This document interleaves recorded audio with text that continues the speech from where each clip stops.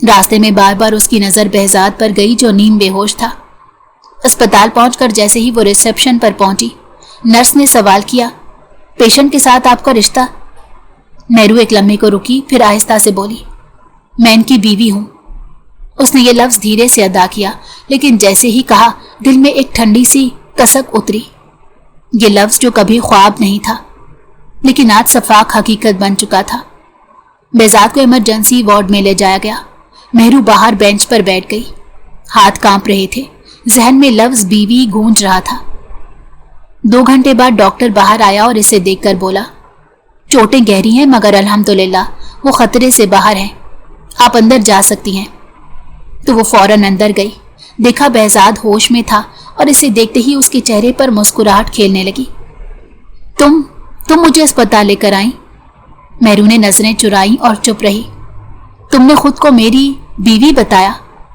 اس نے مسکراتے ہوئے پوچھا تو مہرو نے اس کی طرف بیزاری سے دیکھا اور ٹھنڈی سانس لیتے بولی، مجبوری تھی، ورنہ میں یہ لفظ کبھی ادا نہ کرتی۔ آپ کی بیوی بننا میرے لیے کسی بھیانک تجربے سے کم نہیں ہے۔ یہ کہہ کر اس نے دروازہ کھولا اور کمرے سے باہر نکل گئی۔ بہزاد نے آنکھیں بند کر لی، چہرے پر ایک خفیف سی مسکراہٹ آ گئی۔ 2 دن گزر چکے تھے، بہزاد ابھی اسپتال میں تھا۔ مہرو روز آتی، چپ چاپ اس کے پاس بیٹھتی اور چلی جاتی۔ تیسرے دن جب وہ اسپتال آئی تو بہزاد سو رہا تھا۔ مہرو باہر بینچ پر بیٹھی تھی، تبھی ایک لڑکا 2 کرسیاں چھوڑ کر بیٹھ گیا۔ آپ مہرو ہیں نا، بہزاد کی بیوی؟ مہرو نے چونک کر دیکھا، پھر ہاں میں سر ہلا دیا۔ آپ کو پتا ہے جس دن آپ کو اغوا کیا گیا تھا، اس دن ایک پلان تھا آپ کو مارنے کا۔ مہرو کا دل دھک سے رہ گیا، آنکھیں پھیل گئی کہ کیا تم یہ کیا کہہ رہے ہو؟ کون ہو تم؟ سچ کہہ رہا ہوں، اور آپ کے دوسرے سوال کا جواب یہ ہے کہ کینسر کی لاسٹ سٹیج ہے۔ بس یہی کچھ دن رہ گئے ہیں میرے پاس، لیکن دل پر ایک بوجھ تھا، آج اللہ کے حکم سے وہ بوجھ اتر جائے گا۔ کیا مطلب؟ میں سمجھی نہیں۔ آپ کو کالج سے اغوا کرنے والوں میں بھی شامل تھا۔ مجھے خیرالنساء نے ایک موٹی رقم دی تھی جس کے عوض آپ کو مارنے کا حکم دیا گیا تھا، لیکن آپ کو بیچ راستے میں بچا لیا گیا، اور بچانے والا بہزاد تھا جسے اس دن کا بدلہ لینے کے لیے ہمارے گروہ نے زخمی کر ڈالا، لیکن شکر ہے کہ وہ بچ گیا۔ آپ بہت لکی ہیں کہ آپ کو بہزاد جیسا شوہر ملا، اگر اس دن وہ نہ آتا تو شاید آج آپ زندہ نہ ہوتی۔ مہرو سن بیٹھی رہی۔ خیرالنساء اور بہزاد کا ذکر اسے ایسے لگا جیسے اسے شدید زور کا کرنٹ لگا ہو۔ خیرالنساء اس کی چچی تھی اور بہزاد ان کا بیٹا۔ گویا چچی اسے مارنا چاہتی تھی کیونکہ وہ ایک بہت بڑی جائیداد کی اکلوتی وارث تھی اور وہ جائیداد کو ہتھیانا چاہتی تھی، لیکن بہزاد نے ان کے سارے پلان کو چوپٹ کر دیا۔ یہی وجہ تھی کہ وہ اس کی وجہ سے بہزاد پر بار بار غصہ ہو رہی تھی۔ مہرو کا رنگ اڑ گیا، دل کی دھڑکنیں بے ترتیب ہو گئی۔ اس لڑکے نے چونک کر اسے دیکھا۔ سب ٹھیک ہے؟ مہرو نے آنکھیں پونچھی، پھر سر ہلایا۔ ہاں سب ٹھیک ہے۔ وہ لڑکا تو اپنے دل کا غبار اس کے سامنے نکال کر جا چکا تھا، لیکن مہرو کو ایسے لگ رہا تھا جیسے اس پر ٹنوں من وزنی بوجھ ڈال دیا گیا ہو۔ اس کی دل کی دنیا اب بدل چکی تھی۔ جس شخص کو وہ مجرم سمجھتی رہی، جس سے نفرت کرتی رہی، وہ کڈنیپر نہیں محافظ نکلا تھا۔ وہ دھیرے دھیرے اٹھی، کمرے کی طرف بڑھی۔ دروازہ کھولا تو بہزاد ابھی سو رہا تھا۔ وہ خاموشی سے اندر آئی، اس کے چہرے کو غور سے دیکھا۔ کتنا مختلف لگ رہا تھا سویا ہوا بہزاد۔ یہ وہ تھا جس نے خاموشی سے اسے بچایا، اپنی زبان سے کچھ نہ کہا، بس سب کچھ سہ لیا۔ مہرو کی آنکھیں بھیگ گئی۔ ان کے درمیان اب نفرت ایک پتلی گلی سے نکل کر بھاگ چکی تھی۔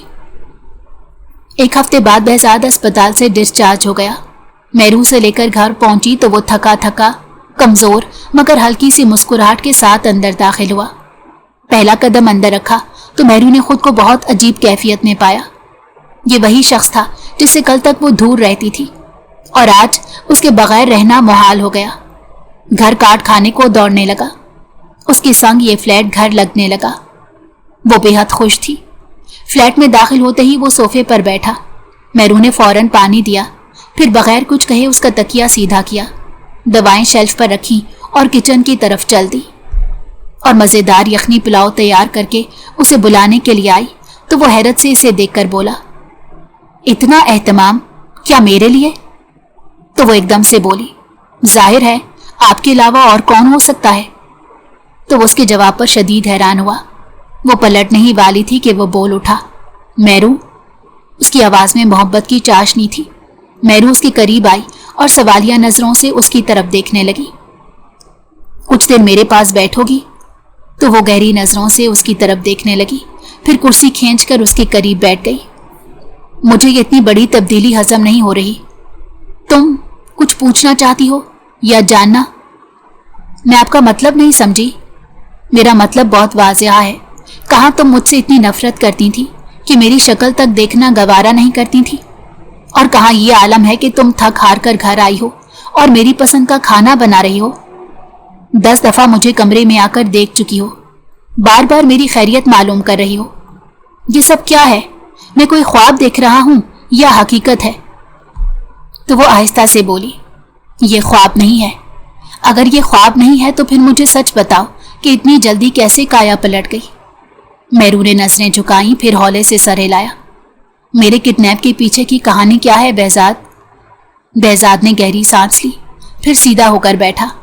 اس کی آنکھوں میں تھکن اتر آئی۔ اس دن جب تم کڈنیپ ہوئی میں راستے میں تھا، گاڑی سٹاپ پر رکی تو ایک گاڑی میں تمہاری جھلک دیکھی تو دل جیسے ڈر گیا، کیونکہ اس گاڑی میں جو لڑکے تھے ان کی شہرت اچھی نہیں تھی۔ میں انہیں تھوڑا بہت جانتا تھا۔ میں نے فوراً گاڑی گھمائی، ان کا پیچھا کیا اور اپنے ایک دوست کو کال کی جو پولیس میں افسر ہے۔ میں جانتا تھا اگر وہ آیا تو سب کچھ ٹھیک ہو جائے گا۔ تمہاری قسمت اچھی تھی، بروقت ہم پہنچ گئے اس مکان میں جہاں تمہیں لے جایا گیا۔ وہاں تم بہت ڈری ہوئی تھی، ہوش میں بھی نہیں تھی شاید۔ تمہیں نکالنے میں وقت لگا، کافی مزاحمت ہوئی، لیکن تمہیں بچا لیا گیا۔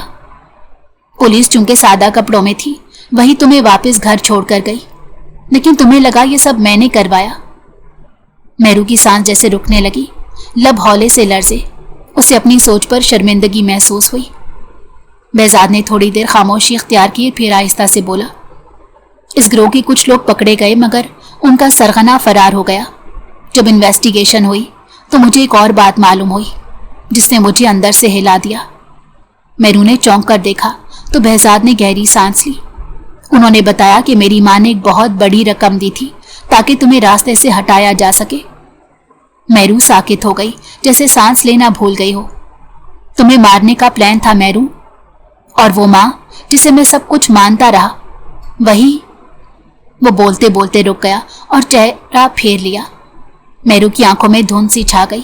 وہ اٹھی اور بہزاد کے قریب آئی اور آہستہ سے اس کے پاس بیٹھی۔ اس کا لہجہ بھیگا بھیگا سا تھا۔ مجھے سمجھ نہیں آتی کہ میں آپ کا شکریہ کیسے ادا کروں۔ یہ بات سن کر بہزاد کے چہرے کا رنگ بدل گیا، چہرے پر ایک عجیب سی خوشی لہرانے لگی۔ اس نے غور سے میرو کی طرف دیکھا اور پھر شرارت سے بولا، میرا شکریہ ادا کیا جا سکتا ہے۔ وہ کیسے؟ محبت کر کے، سمپل۔ وہ مسکرایا تو میرو نے نظریں چرا لی۔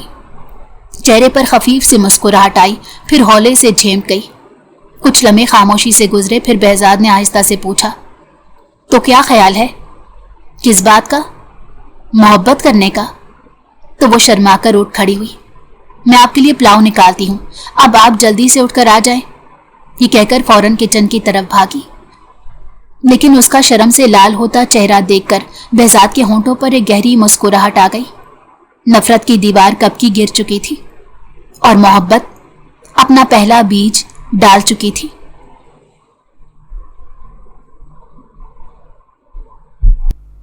اگر آپ کو ہماری کہانی پسند آئی ہو تو ہمارے چینل کو لائک کریں اور سبسکرائب کر دیں۔ بیل نوٹیفیکیشن کو بھی آن کر دیں تاکہ ہماری آنے والی ہر مزیدار کہانی آپ کو وقت پر ملتی رہے۔